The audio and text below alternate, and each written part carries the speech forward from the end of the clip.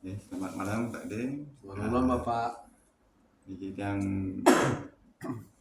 sebagai kepala PKBM Penas Mekar, Hmm, dia mau tahu kendala apa yang Pak Gede alami selama sebagai tutornya.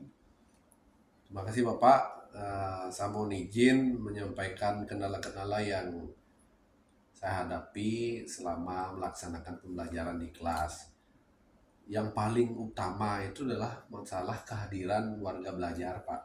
Itu sangat minim sekali kehadirannya sehingga kadang-kadang di kelas itu hanya kisaran 20% dari total warga belajar.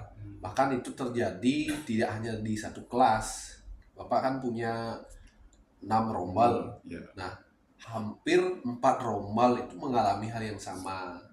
Sehingga motivasi saya ngajar yang awalnya bagus, tiba-tiba di kelas itu sedikit, diskusinya agak kurang jadinya Pak. Itu yang gitu. menyebabkan. Termasuk juga keluhan warga belajar yang yang aktif itu kok nggak pernah hadir dan sebagainya sih yang lain itu gitu. Gitu ya. Ya, kalau seperti itu gimana solusinya Pak? Untuk bisa kehadiran peserta didiknya itu bisa bertambah. Nah tentu kalau saya secara pribadi saya mau mengusulkan ke Bapak untuk lebih memahami kondisi peserta didik itu terlebih dahulu. Karena apa? Mereka itu memiliki berbagai faktor masa lalu yang menyebabkan mereka putus sekolah. Ada faktor ekonomi, geografis, sosial, budaya, dan sebagainya.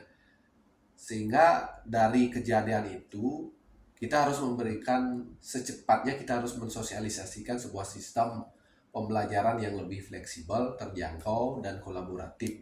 Itu yang akan mungkin di pikiran saya akan saya lakukan dalam waktu dekat ini. Berarti tindak lanjutnya itu gimana? Melalui sebuah pembelajaran yang fleksibel, artinya selama ini mohon maaf ya Pak, Ya. pembelajaran aturan yang kita buat itu selalu mengekang mereka.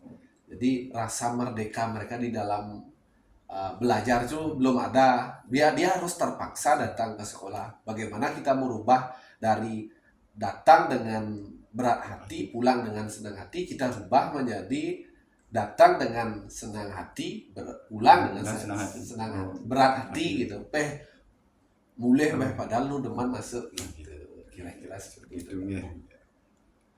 Berarti untuk memastikan hal tersebut juga biar peserta didiknya bisa datang ya minimal lebih dari 50% juga gimana nih?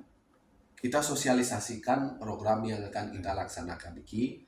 Kemudian kita pastikan ini semua tersentuh pemahamannya, sehingga dari apa yang mereka pahami mereka tahu dan bagaimana bisa mengatur waktu dia belajar. Ya udah, dengan cara mungkin lebih giat lagi mensosialisasikan ini perlahan. Kita perlu waktu Pak. Kalau bisa Bapak berikan saya waktu untuk mengerjakan ini dengan bertahap gitu loh.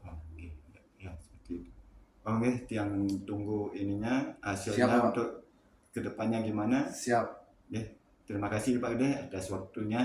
Terima Ya, kasih Bapak. selamat Semoga malam. lancar semuanya. Ya, Terima kasih ya, Bapak. sama-sama.